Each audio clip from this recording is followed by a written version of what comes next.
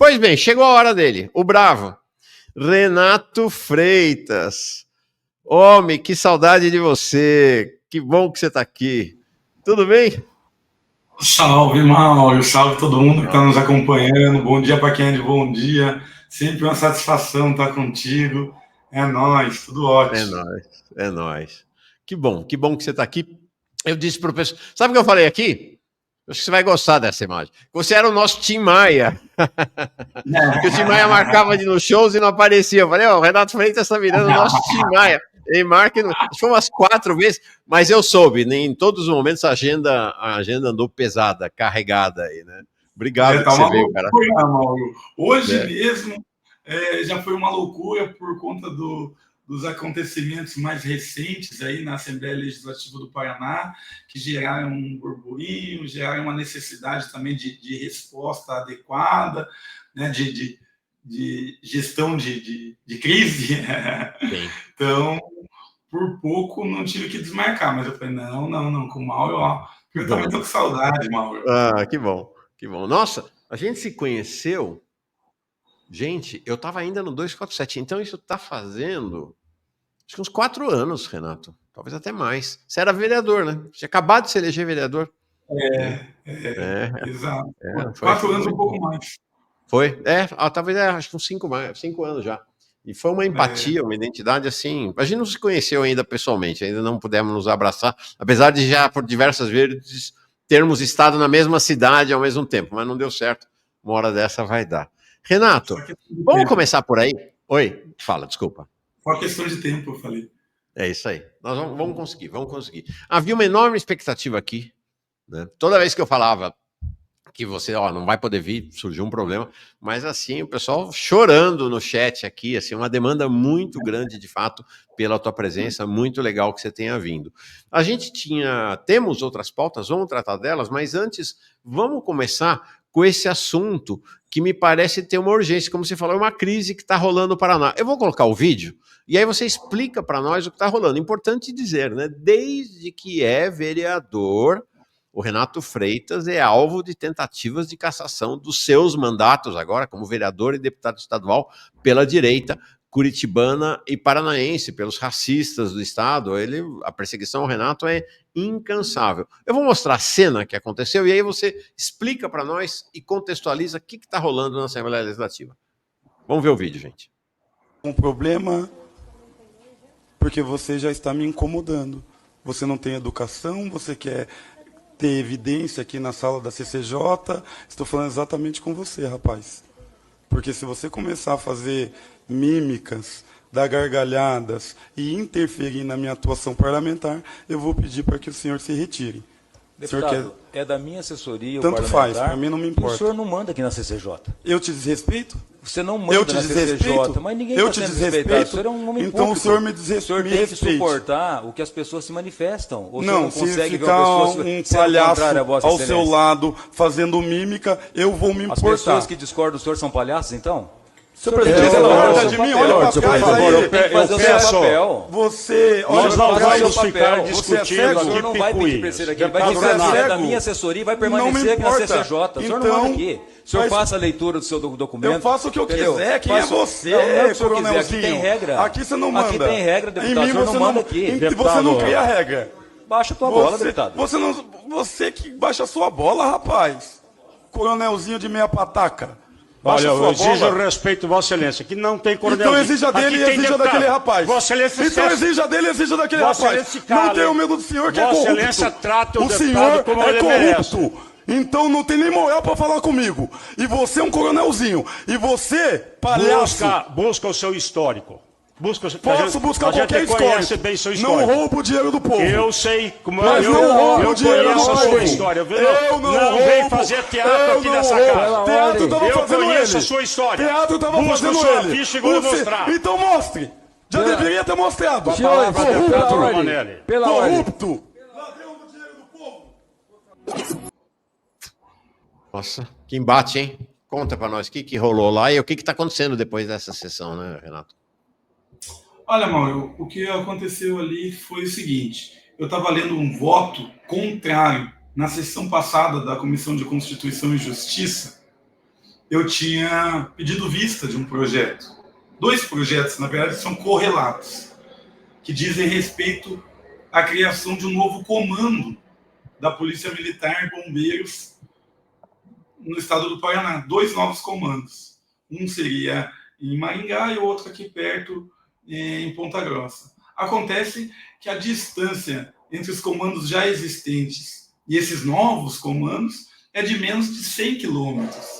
No estado com a extensão do Paraná, isso daí contraria frontalmente o princípio da economicidade, da necessidade, né?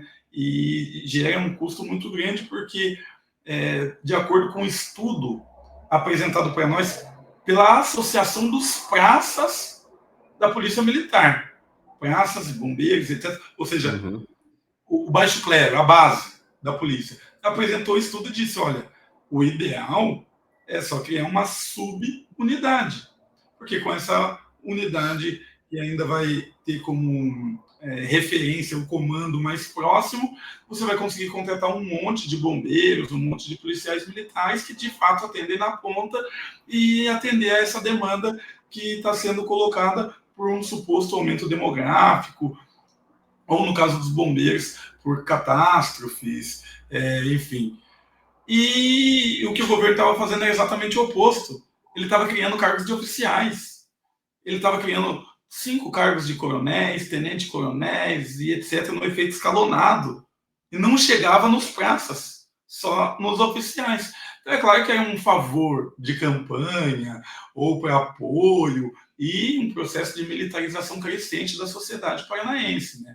Não devemos esquecer que foi aqui no Paraná que iniciou essa onda de escola cívico-militar, que aqui no Paraná que os policiais resistem ao uso de câmeras, o governador também. O atual secretário de Segurança Pública do Paraná foi indicado do Bolsonaro. O comandante da Polícia Militar lá em Londrina participou de um massacre que eu vi que a ID passou por aqui, ela falou da Noite Sangrenta. Foi um dia em que a Polícia Militar, na mesma noite, executou 16 pessoas e feriu outras 12, 14 pessoas. Então foi uma chacina gigantesca promovida pela Polícia Militar com farda e sem farda, porque usaram roupas táticas pretas, balaclava e assassinaram desafetos pela cidade de Londrina, e isso foi uma atuação da milícia. Então a gente vive nesse panorama, então o processo é esse. Acho que isso não pode perder de vista, sabe, Mauro?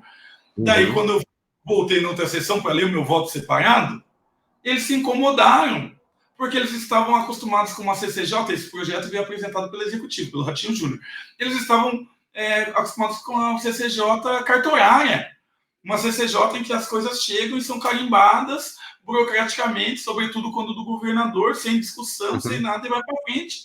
E eu comecei a discutir. Eles disseram que eu não tinha tempo para discutir, que eu não tinha tempo para apresentar o projeto. Daí começaram a colocar óbices durante a minha fala, e de repente veio esse cidadão aí, que daí foi demais, mano. Levantou, um assessor do Márcio Pacheco levantou atrás dele e começou a fazer assim, começou tipo bater na testa, como se eu estivesse falando disparates, e daí começou a dar risada num tom sarcástico, e daí me incomodou, né? Daí não teve como eu continuar lendo, né? Eu tentei até no início, mas daí eu vi que o desrespeito era muito grande. Daí eu interferi, eu falei, opa, tá me desrespeitando, eu vou falar, não vou ficar quieto. E daí falei ali o que falei, e daí o primeiro erro ali que eu percebo, o Márcio Pacheco, ao invés de ter um espírito pacificador e dizer, olha, pedir para o assessor dele sair, né, pedir os ânimos ali e tal, até se retratar, porque era um assessor dele fazendo esse tipo de conduta antiética, né? Sim. Então, ele bancou o assessor dele, autorizando o assessor dele a me desrespeitar dentro da sala do CCJ. E isso, para mim, é inadmissível. Então, quando ele fala ali, não vai sair, meu assessor fala, ó, tanto faz. E você não manda no CCJ, não é questão de mandar. A questão é que eu te respeito. Assim como eu respeito todos os demais parlamentares. Você se acha no direito de me desrespeitar? Por quê? Eu sou menos parlamentar que você? Então, por isso, eu já nem liguei. Só falei, Não tô nem aí para você, se é teu assessor ou não. Daí o Traiano, daí eu chamei ele de coronelzinho, ao invés do Traiano, bem antes disso, novamente, na figura de presidente, a mesma coisa que aconteceu aquela vez lá com o deputado Ricardo Arruda, que estava inventando um monte de coisa, o Traiano cortou a minha palavra, eu falei que ele não era rei e denunciei os processos de corrupção dele. Mesma coisa. Automaticamente ele ficou ao lado do meu opositor, né? Que é ao lado do agressor, né? Exato, ao lado do agressor, automaticamente. Então, ele já tem uma inclinação natural a isso, né, pelo visto, né? E ali ele só tomou essa decisão. E daí eu já estava por aqui, já estou por aqui com ele justamente por isso. Ao invés dele, como presidente, suspender a sessão por 5 minutos, pedir para o rapaz sair, pedir para que esfriasse todos os ânimos, enfim, tem uma postura de resolução de conflito, de mediação de conflito, ao mínimo, né? Que é o ofício, o papel do presidente na CCJ. Mas não, ele já veio querer me atacar, eu já falei, olha, você é corrupto, cara. Você não devia nem estar falando comigo, você devia se envergonhar de estar aqui, em frente às câmeras, representando em tese o povo, se você rouba o dinheiro do povo. Então, por favor. Daí ele tentou me chantagear ou me ameaçar, eu conheço o teu passado. Se você conhece, fale, eu não tenho nada para esconder não, filho. Que não sei o que, já devia ter mostrado, então mostra. Então, esse papo de, conheço teu passado, eu não tenho nada a me envergonhar não, sabe, Mauro? É diferente deles, eu não roubo, eu nunca roubei o dinheiro do povo. Eu sou fiel às minhas origens. Caí, levantei como todo ser humano, mas não tenho nada que me envergonhe na minha biografia, não. Então, o clima ficou muito tenso, e daí o deputado Tito Barrichello já tentou se jogar na frente, ganhar notoriedade, evidência, tá na mídia, decretou prisão para uma moça lá. A moça falou que o rapaz estava fazendo macaquice atrás. E é um rapaz branco, e de fato estava fazendo macaquice, estava imitando um macaco, estava gesticulando, dando risada, fazendo mímica. E daí o deputado Tito Barrichello falou que ela estava agindo de racismo contra o rapaz. Racismo contra um branco. Depois uma branca falando que o outro branco estava fazendo macaquice por conta da situação. Aonde está o racismo? Essa gente é tão racista, Mauro, que falou em macaco, para eles, automaticamente diz respeito ao negro. Uhum. Então, num pensamento deturpado, ele tentou dizer que ela estava, sabe, uma coisa, é difícil até de entender, na verdade. E prendeu ela, levou ela para a delegacia e tudo, achando que ela era assessora do meu mandato. E não, ela é apenas uma popular assistindo à Comissão de Constituição e Justiça e que se viu presa por um deputado que é uma piada, que se veste de polícia, finge ser polícia e faz operações falsas no centro da cidade, está sendo processado por isso, inclusive. Como é que chama esse deputado? Tito Barrichello. Falaram dele aqui. Uma roupinha meio fingindo ser judeu. É uma piada, pronta. E esse Tito Barrichello, ele é policial ou nem é policial? Olha, ele é delegado afastado por conta da atuação como parlamentar. E mesmo assim ele fica fazendo operações. Nas favelas aqui de Curitiba, ele faz operações com câmeras, com equipe de vídeo, youtuber. Ele é dessa onda dos policiais youtubers, né? Mas e nunca tem problema. Porque, enfim, ele está numa favela, pessoas pobres, que eles estão acostumados a espizinhar, humilhar, a chincalhar. Agora, recentemente, ele fez uma operação falsa contra um empresário. E daí ele foi processado, tem um processo na comissão de ética contra ele, gerou, enfim, uma repercussão muito grande na mídia aqui, porque a pessoa nem estava cometendo nenhum crime, nem tinha mandado de busca e apreensão, nem de prisão, nem de nada, e ele foi na frente da casa da pessoa, armada, filmando, para tentar ganhar like. Tá? Então, é uma coisa meio deprimente, é aquele que está naquele meu discurso que eu falo da inocência até desse tipo de pessoa, né? Com a bandeira de Israel, fundamentalismo protestantista religioso brasileiro, contra o aborto, contra a maconha, contra a marcha gay, contra não sei o quê, com a bandeira de Israel, que em primeiro lugar, a religião judaica não conhece Cristo como Deus, Jesus como Deus, em primeiro lugar. Segundo lugar, em Israel tem marcha pela maconha, tem a maior marcha LGBTI do Oriente Médio. Terceiro lugar, Israel também tem uma política de liberdades em relação ao aborto. Há diversas possibilidades em que a mulher pode realizar o aborto, filho fora do casamento, entre outras coisas. Então, não é um país fundamentalista, como eles tentam vender aí. E ele também, por último, e não menos importante, ele fez a chamada bênção das armas. Ele levou um monte de arma para dentro da igreja, com um pastor dele, que talvez seja esse cidadão aí, não sei, e abençoou as armas. Não? Então, é uma figura patética. Em que pese, claro, né, o governo de Israel, o governo sionista de Israel, ser um governo genocida, né? Genocida, né? O liberalismo é também uma face do genocídio. Claro. A gente tem que... Essa coisa de os conservadores são maus, os liberais são bons. Se eu sou contra os conservadores, logo eu sou liberal. Se eu sou contra os republicanos, logo eu sou democrata. Não, o nosso horizonte tem que ser muito mais amplo do que isso. Os liberais, em grande medida, também são os parteiros do fascismo, a gente sabe muito bem disso. O fascismo é uma decorrência do capitalismo, da lógica do mercado, da lógica de espoliação, né, irmão? Lá de Nova York, a Miriam Marques diz assim: obrigado pela sua luta, todos os orixás te protejam para sempre. O Pipinu diz: ainda vou votar no Renato para presidente. Opa! E tá aqui, lá do Japão, um grande amigo, Daniel Miyagi, dizendo: farei campanha para Renato se eleger deputado federal. Vai ter gente do mundo inteiro fazendo campanha. Já o Flávio diz assim: Renato Freitas do PCBR. Você vai ser um homem muito disputado, muito querido. Muito querido.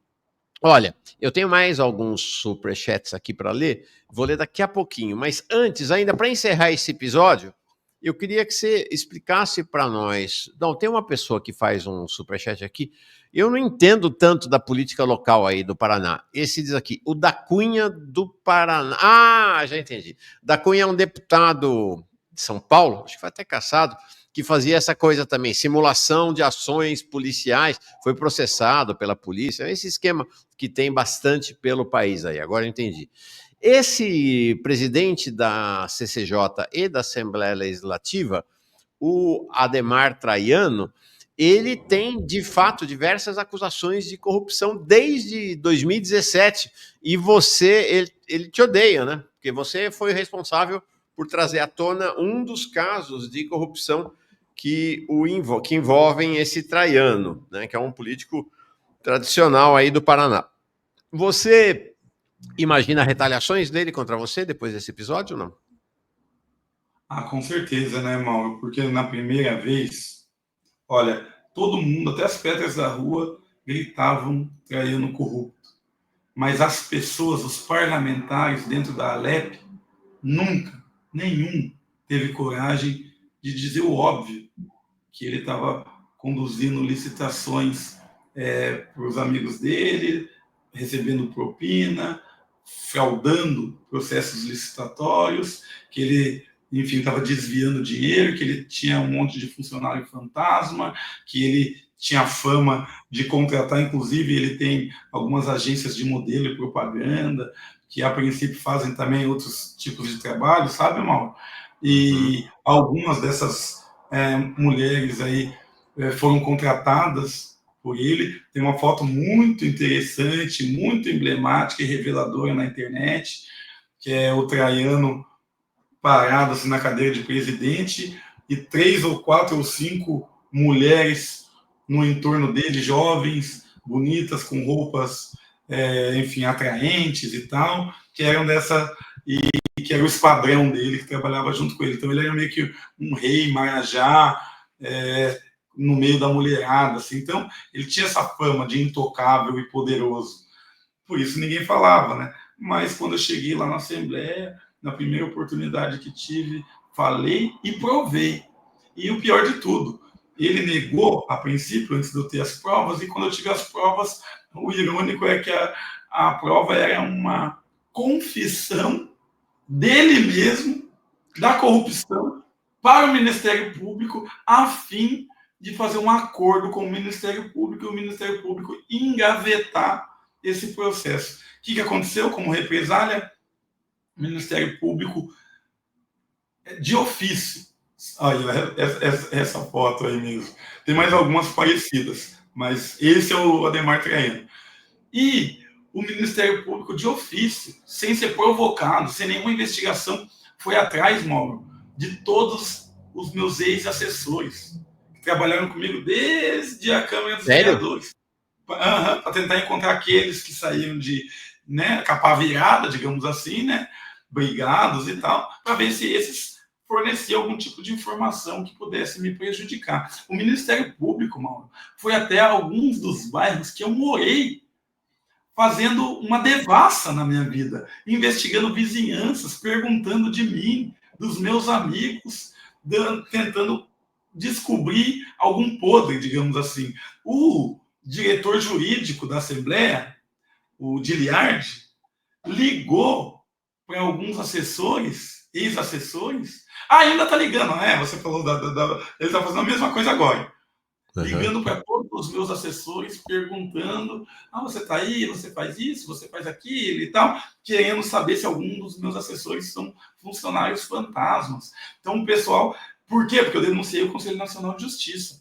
É o Conselho Nacional do Ministério Público, CNMP, o promotor que fez o acordo. Agora, o juiz que homologou o acordo, eu fui lá no Conselho Nacional de Justiça e também denunciei. O que aconteceu? Os juízes do Tribunal de Justiça aqui do Paraná, os desembargadores, estão todos me condenando, sabe de que forma? Lembra quando eu fui preso jogando basquete, Mauro? Lembro. Eu e um amigo meu? Lembro. Uma prisão violenta e abertamente racista? Eu lembro. Acredita que, por eu ter tirado uma foto na frente da delegacia, depois de ter saído eu e o meu amigo com os punhos em riste, dizendo: racistas otários, nos deixem em paz, que é uma música do Racionais, muito famosa, inclusive, os policiais me processaram, porque, segundo eles, quando me abordaram, não falaram: estamos abordando vocês dois porque vocês são negros. Então eu não tinha como provar que era racismo. E eles me processaram. E uma juíza, que é amiga, que o marido dela, inclusive, foi padrinho de casamento do Dallagnol, e ela é amiga próxima do Dallagnol, me condenou.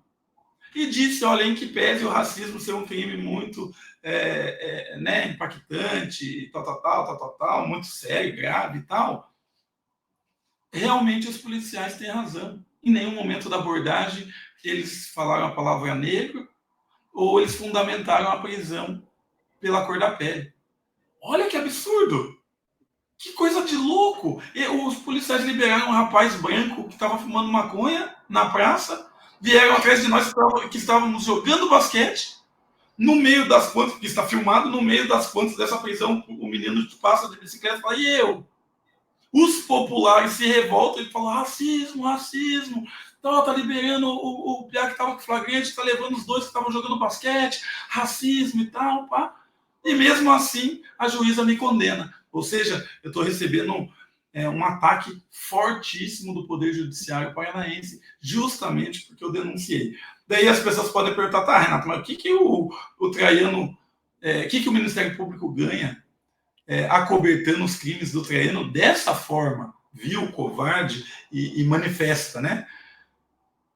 Eu fiz a apuração, o levantamento, Mauro, mais de 500 cargos foram criados na gestão Traiano só para o Ministério Público. Cargos variam de 12 a 18 mil reais, Mauro. Mais de 500. Proporcionalmente, o Ministério Público do Paraná tem mais cargos do que o Ministério Público de São Paulo, Mauro. Daí, o que acontece?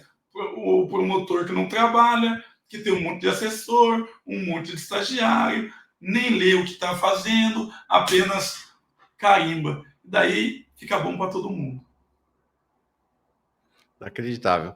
Bom, muito provavelmente, em vários casos, você vai ter que recorrer a Brasília, né? Porque aí na Justiça do Paraná você está ferrado, né? Eles te odeiam, né, Renato? Te odeiam. Me odeiam de morte. Aqui me odeiam de morte, eu tenho que recorrer para Brasília. Agora, o que acontece é que em Brasília também teve um cidadão ali que meio que parece que virou meu inimigo, eu não entendi nada.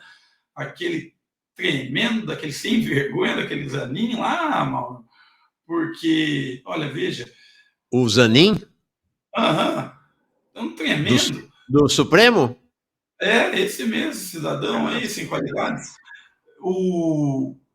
Eu fiz uma fala depois de uma decisão do Zanin, que foi muito importante.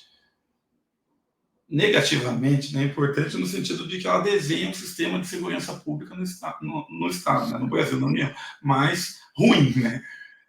E essa decisão era de militarização das guardas municipais, dando a ela o poder de ronda ostensiva, de efetuar prisão em flagrante, de, enfim, invadir casas das pessoas, tudo aquilo que a polícia militar faz.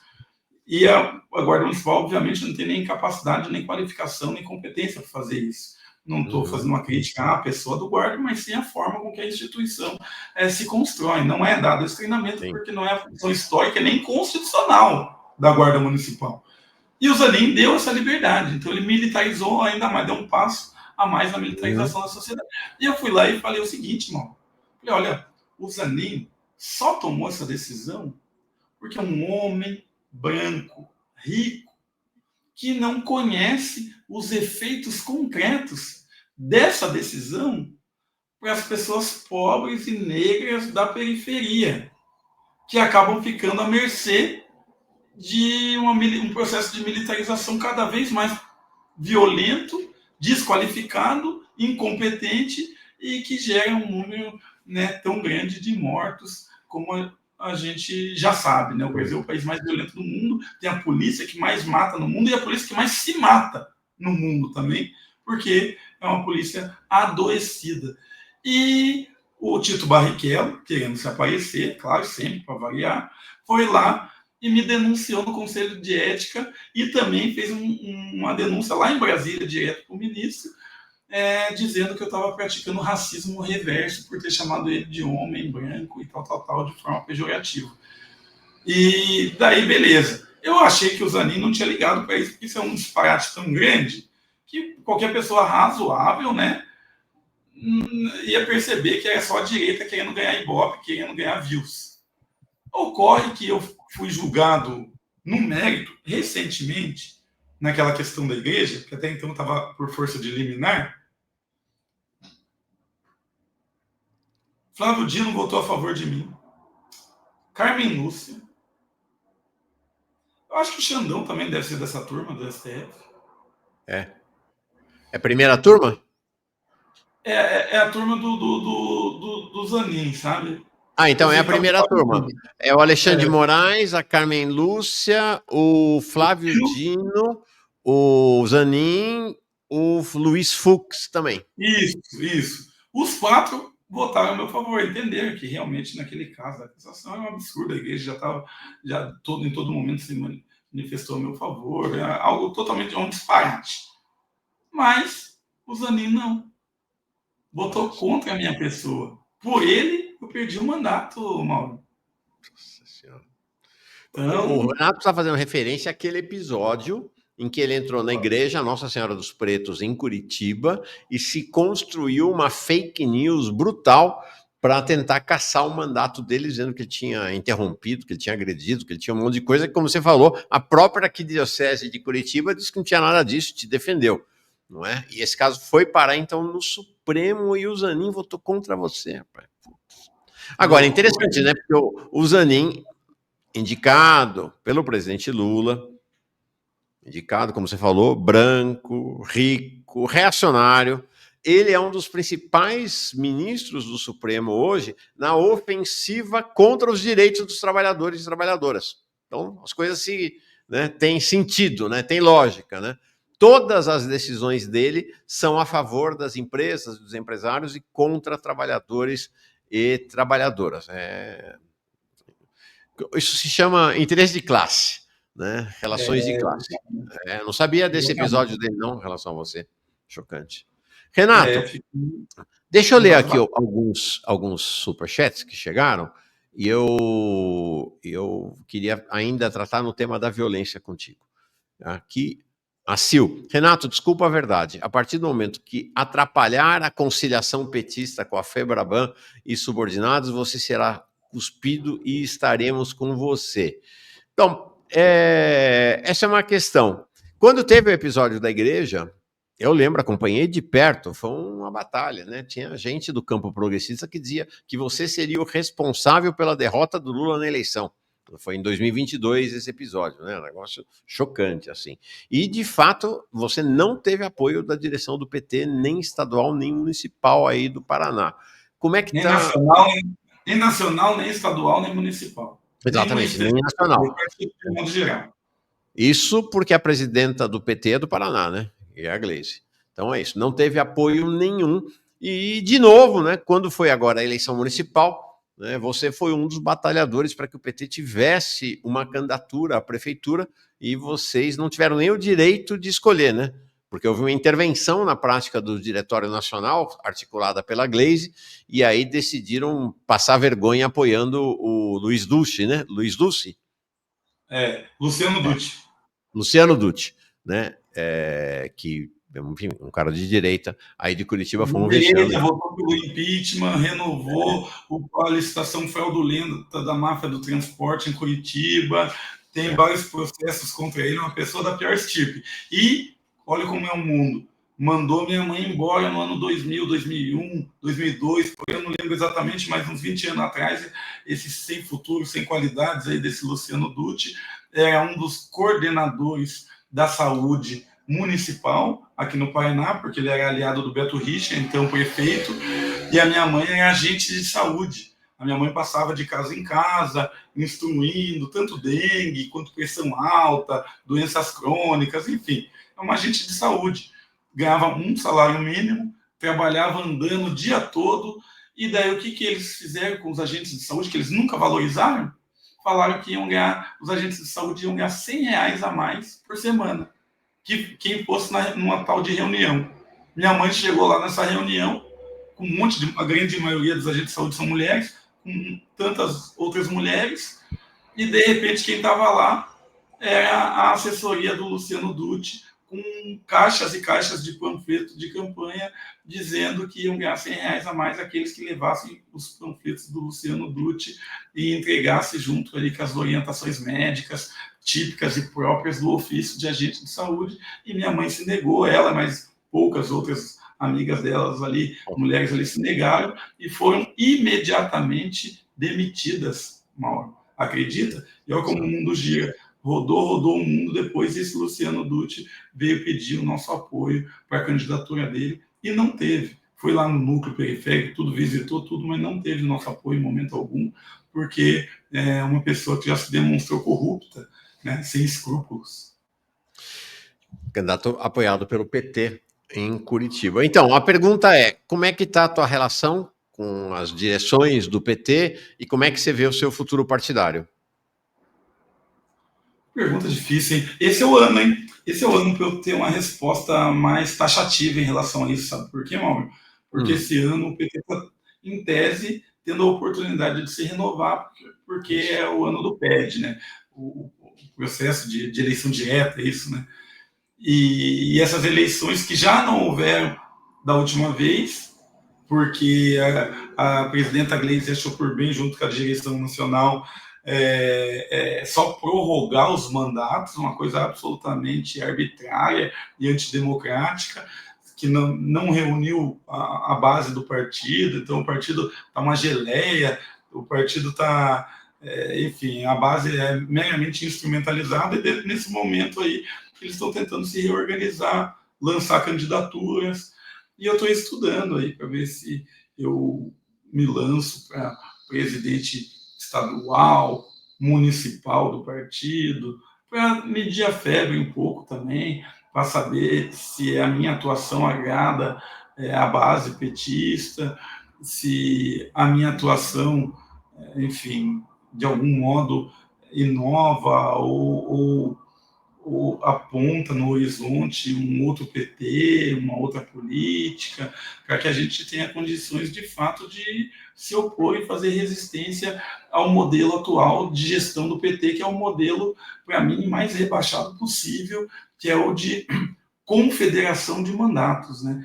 Daí, as grandes correntes, principalmente a CNB, que é a corrente do Lula, tem um monte de mandato de parlamentar, né? E esses parlamentares, volta e meia, se reúnem entre si, de cima no topo de seus castelos, e dividem aí, principalmente o fundo eleitoral, é mais para isso que eles se encontram, mas quando se encontram também para discutir política, não é junto à base e nem é respeitando as próprias correntes, né? Dentro das correntes, e daí você vê quem que é o presidente. É o presidente do partido, ou assessor de alguém, ou é o próprio parlamentar.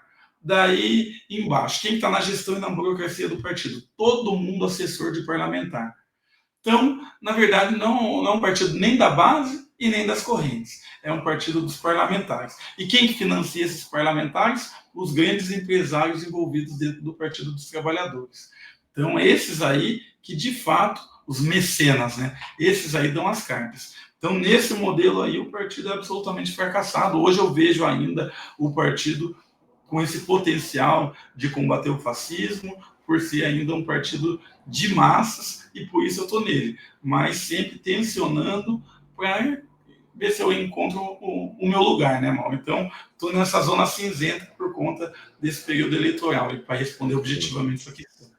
O Genuíno teve aqui ontem e também foi um pouco nesse cenário seu. Acho que ele não quis avançar muito, né? Como você também, né? Tem a prudência, mas ele disse que esta eleição agora é decisiva, né? Até para saber qual é o futuro político dele, né? Ele está esperando o lançamento. Aí, você fala da dimensão estadual e municipal, o Genuíno falando da dimensão nacional, de lançar um Renato Freitas, talvez, a nível nacional. Né? Não sei se o Renato Freitas, mas um Renato Freitas para bater chapa com o Edinho Silva, que é o candidato da direção do partido, que é o candidato do presidente Lula, e que hoje, enquanto eu estou aqui conversando com você, está no evento anual do BTG Pactual, né, com os seus clientes, com a burguesia paulistana e brasileira, para fazer juras de amor à burguesia e dizer que o PT é um partido confiável. Né? Então, esse é o provável futuro presidente do PT. Como é que é? Partido de muitos covardes. Há nas trincheiras do Partido dos Trabalhadores muitos covardes, sobretudo nos postos de poder, na direção e também no parlamento, Mauro. Vale lembrar, já que se trata de covardia de Partido dos Trabalhadores, que naquele episódio em que nós adentramos a igreja, e que o próprio padre da igreja ficou a nosso favor, porque disse ele que nós fizemos lá uma homilia. Uma homilia é uma interpretação do texto bíblico de acordo com a atualidade, os dias atuais. Então, é algo que a igreja mesmo faz, que o próprio padre faz. Teve gente, Mauro, que entrou na igreja, que não teve coragem de dizer que entrou na igreja, se omitiu, portanto, mas mais do que isso, mais do que essa covardia, teve mau caratismo, porque disse que não entrou e ainda por cima condenou quem entrou, porque achou que naquele momento ia perder voto com isso. E daí depois as pessoas vão lá e se dizem, eu sou do movimento negro. Movimento de porra nenhuma, com todo respeito, mal. Esse papo aí das pessoas colocar meia dúzia de fotinho, vídeo na internet e falar que é do movimento X, Y, Z, eu tô por aqui. Já não aguento mais isso não, mal. Isso que as pessoas chamam de uma forma pejorativa de identitário, que eu também não concordo. Senão você ficar usando essa palavra de qualquer jeito aí, tudo é identitário, nada é identitário, ninguém precisamente diz o que é para iniciar o debate, também não gosto. Mas agora, o que tem de oportunista nessas fitas aí, que para justificar a sua participação numa propaganda de banco diz, olha, mas o Bradesco não tinha um homem negro sentado na fila esperando para ser atendido e para no final dar um sorrisinho e dizer que o Bradesco é o melhor banco do mundo. Para aquele lugar, meu Deus do céu. Isso daí não tem mais que ser admitido, só que, infelizmente, ainda estamos vivendo nisso daí. Eu dei o exemplo de homem negro porque eu sou um homem negro, mas poderia dar um exemplo também das mulheres. Há uma gerente do banco ali que está fudendo todo mundo. Ou, quem é a pessoa mais rica do Brasil hoje? Não é lá do Banco Mafra, é lá? Do Safra, quer dizer, Mafra não Safra. É uma mulher herdeira do Safra. E aí? que isso representa para as mulheres ou para qualquer um esse papo de louco tem que começar a ser combatido de forma estratégica. Perfeito. E dentro do partido tem muito isso. Isso é o caráter liberal, assim, né, do partido que volta e meia avança e tal, mas enfim, covardia, né, irmão? Isso para mim é uma covardia muito grande.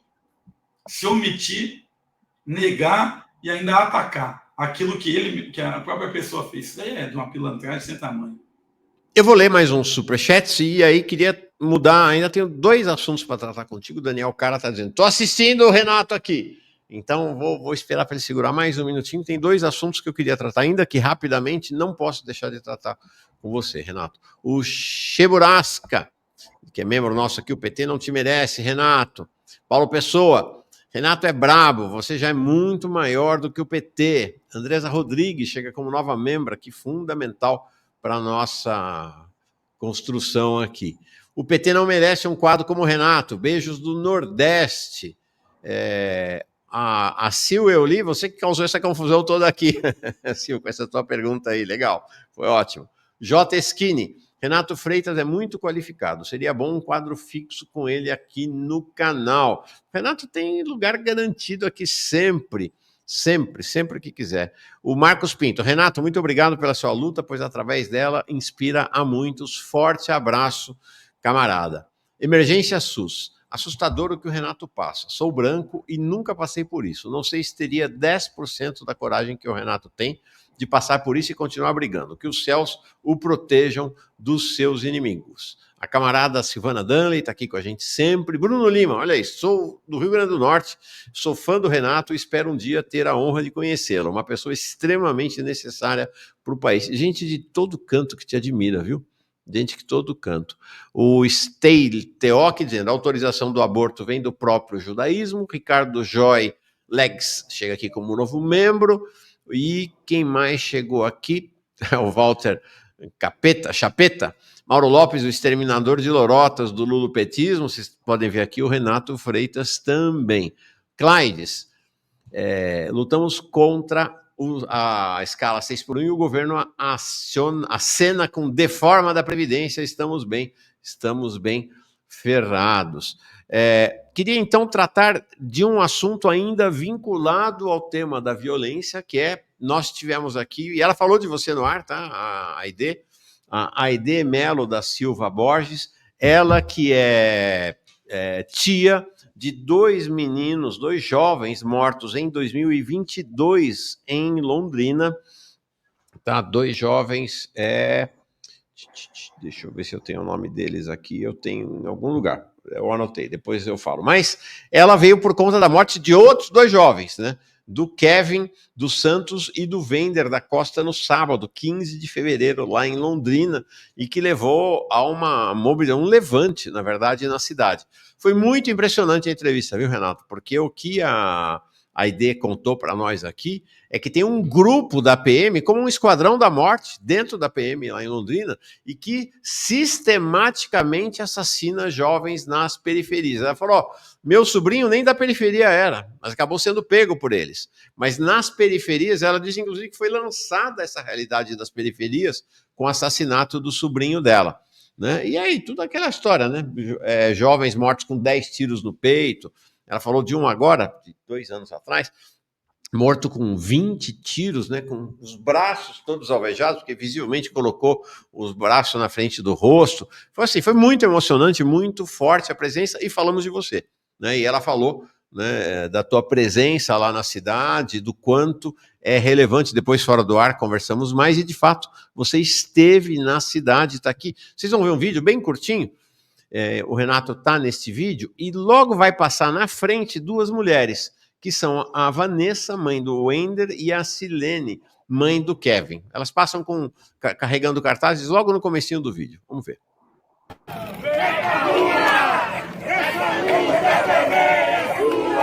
Não, elas não estão cartão, essas 2 senhoras que estão aqui, tá vendo? Elas são as mães dos meninos assassinados, do Renato passando.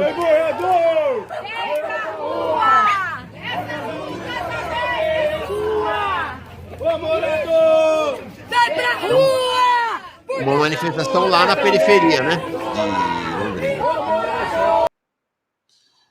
Essa situação de Londrina é um negócio, né, Renato? Olha, Mauro, uma coisa que não se diz. A Polícia Militar de São Paulo, extremamente violenta, ganhou os holofotes da mídia recentemente por conta das chacinas promovidas no Guarujá, daquele policial que jogou um rapaz da ponte, um outro policial que deu um tiro a queima-roupa num rapaz que estava filmando. Sim. Ocorre, Mauro, que a polícia de São Paulo, no ano de 2024, no passado, matou um civil para cada 100 mil habitantes. A polícia do Paraná matou 3 a cada 100 mil habitantes. A polícia do Paraná 3 vezes mais violenta do que a de São Paulo. Só que aqui as coisas são abafadas. Por quê? Porque em São Paulo o governador não é ele próprio, embora seja do conglomerado associado das frações da burguesia, mas não é ele próprio o detentor dos meios de comunicação. Aqui, a família Massa, do Ratinho pai e do Ratinho filho, que é o governador, eles detêm um conglomerado empresarial gigantesco de mídia. A Rede Massa, o SBT é deles aqui, que é a Rede Massa, eles têm rádios, jornais impressos, então eles têm uma forma de monopolizar o discurso público, a informação e fazer com que não, que foi que a reação deles ali. Na mídia, como foi noticiada essa manifestação, facções criminosas obrigam moradores a fazer manifestação. Moradores recebem dinheiro para fazer cartazes de facções criminosas. Advogados que vieram de fora, a princípio de facções criminosas. E pior, mano, pior. Um político de fora veio aqui, de fora da onde? Se eu sou deputado estadual do Paraná. Já começa assim. O cara, depois de ter me mostrado no vídeo, essa manifestação aí comigo. Um policial militar falando isso. Policial youtuber apoiado pela Rede Massa, que é sempre o âncora da entrevista. Não é um repórter de rua que fala. Olha que absurdo. É um próprio policial militar fardado que é 2 vezes funcionário do Ratinho. Uma como polícia militar, ou seja, do Estado, na função pública, e outro como âncora do jornal Rede Massa, função privada. Olha, Mauro, olha que absurdo. Sabia que, por exemplo, o Denian Couto, por exemplo, um deles, o Denian Couto, que é do Podemos, que é deputado estadual na Assembleia Legislativa do Paraná, ele é, ao mesmo tempo que ele é deputado e fiscaliza as atividades do governador, por ofício, por obrigação, ele é também subordinado e está na folha de pagamento do governador, porque ele é jornalista e apresentador da Rede Massa também. Então, o nível é esse. O nível é esse. A base é literalmente comprada. A base tem até carteira registrada para ser base. Nossa Senhora, chocante. Não, o nível é baixíssimo. E daí o cara falando, é de fora, e não sei o quê, e parece que em muitos lugares do Brasil, facções criminosas já tem braço seu na política, não sei. Olha o nível, mano. Colocando na minha cara e dizendo que eu estava fazendo manifestação ali e defendendo as pessoas porque, em tese, eu faço parte de crime organizado, etc. Não, muito violento, sabe, mal? E outra, uma coisa fundamental para entender o assassinato do Kelvin e do Anderson. Primeiro, 15 tiros de fuzil e eles não estavam armados, porque não foi nem forjado o flagrante, não deu tempo de forjar as armas dele. Então, só isso daí já é o suficiente. Mataram 2 pessoas desarmadas, uma de 15 e uma de 20 anos, com 15 tiros de fuzil.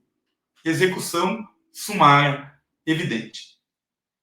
Dos 4 policiais envolvidos nessa ocorrência, todos eles têm diversos outros homicídios. E um deles, inclusive, foi comprovado, Mauro, que há um tempo atrás, ele também matou 2 ou 3 rapazes lá em Londrina, e daí ele ligou para o superior hierárquico, e como ele estava sendo investigado por outros crimes também, ele estava interceptado. Ele ligou e falou assim, olha, tem uma ocorrência aqui, autos de resistência, o superior dele falou, quantos mortos? 2, 3, não lembro agora. Daí o policial, tudo certo? O superior dele, Ele, não, eu preciso daqueles convites. Daí o policial fala, eram 2 pessoas que morreram, né? Daí o superior dele fala, qual o convite? Não, o convite que não sei quem entregou. Ele, ok. E daí o cara vai lá e leva 2 armas para ele forjar na situação, e o judiciário se deparou com isso e de fato afastou ele e processou ele. Só que daí você sabe, né? Os esquemas por detrás dos bastidores políticos da justiça são podres. E daí eles voltaram a trabalhar e voltou a matar. Uma pessoa que comprovadamente executou e forjou flagrante, ainda continua trabalhando, matando e forjando flagrante. Então é a ID, quando teve aqui, relatou. A ID, quando teve aqui. Do governador.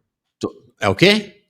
Uma banda podre do governador, uma milícia institucionalizada que ele tem ciência, mas que para ele é muito útil.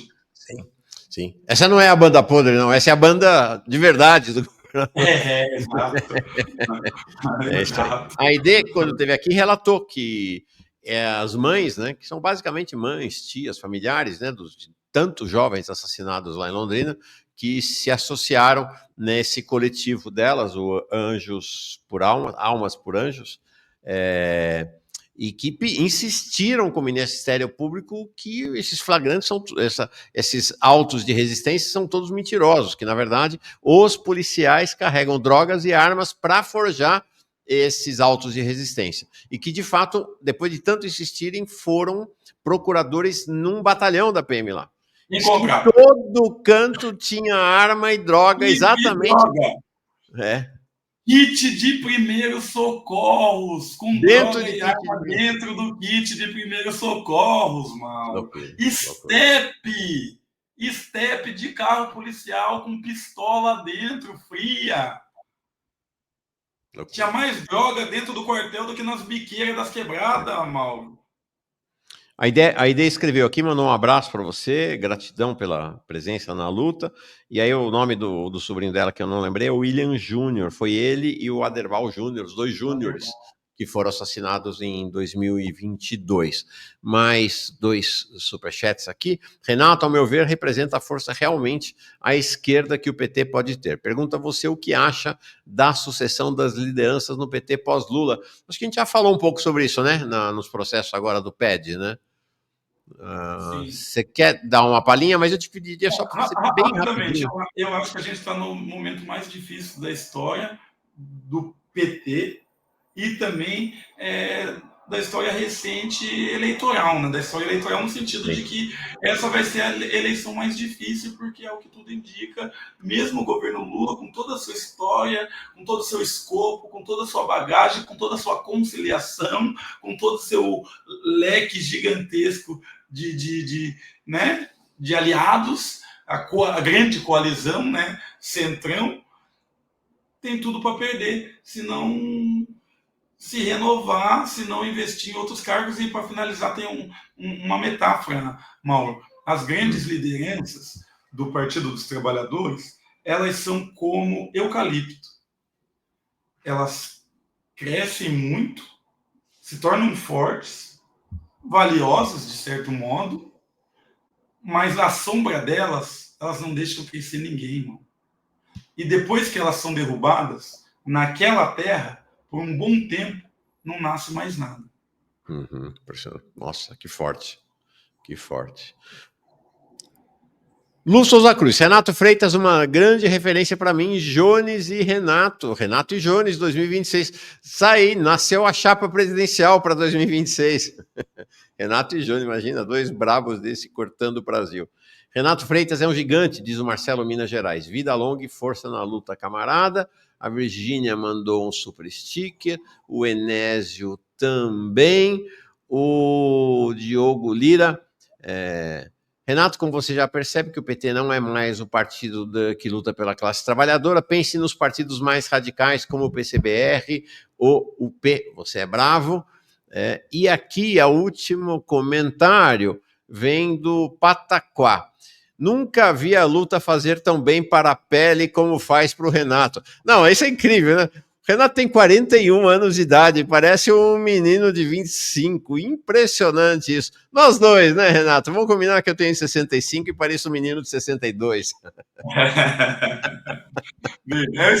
A juventude é um estado de espírito, né? É isso aí. Se a gente tem por que lutar, a gente tem mais vida. Eu sempre falo, principalmente na luta contra os assassinatos e tal, eu falo, quem luta pela vida se sente mais vivo. Eu acho que isso se expressa na gente. Legal. Aqui, ó.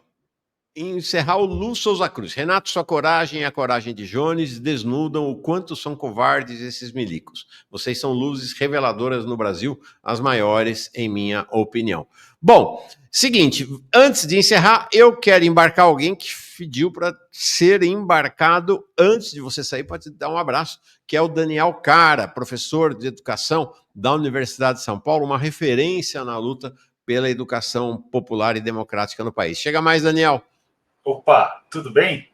Tudo Prazer bem. estar aqui com você, Mauro, sempre, com toda a comunidade aqui do canal do Jones. Mas, principalmente, queria parabenizar o Renato. Renato, eu vou ser franco contigo. Eu tenho muito contato com a esquerda no Paraná e muita gente criticava e eu fiquei com um pé atrás. Não porque eu confiei nas pessoas, eu fiquei com um pé atrás das pessoas e não de você, porque eu acompanhava a sua trajetória. E cada vez que passa o tempo, a cada dia que passa, eu tenho mais certeza de que eu estava correto de ter o pé atrás com as pessoas e poder te reconhecer como uma grande liderança, uma pessoa corajosa, que faz o bom combate e que tem feito a diferença na política paranaense. Espero que faça muito rapidamente no Brasil.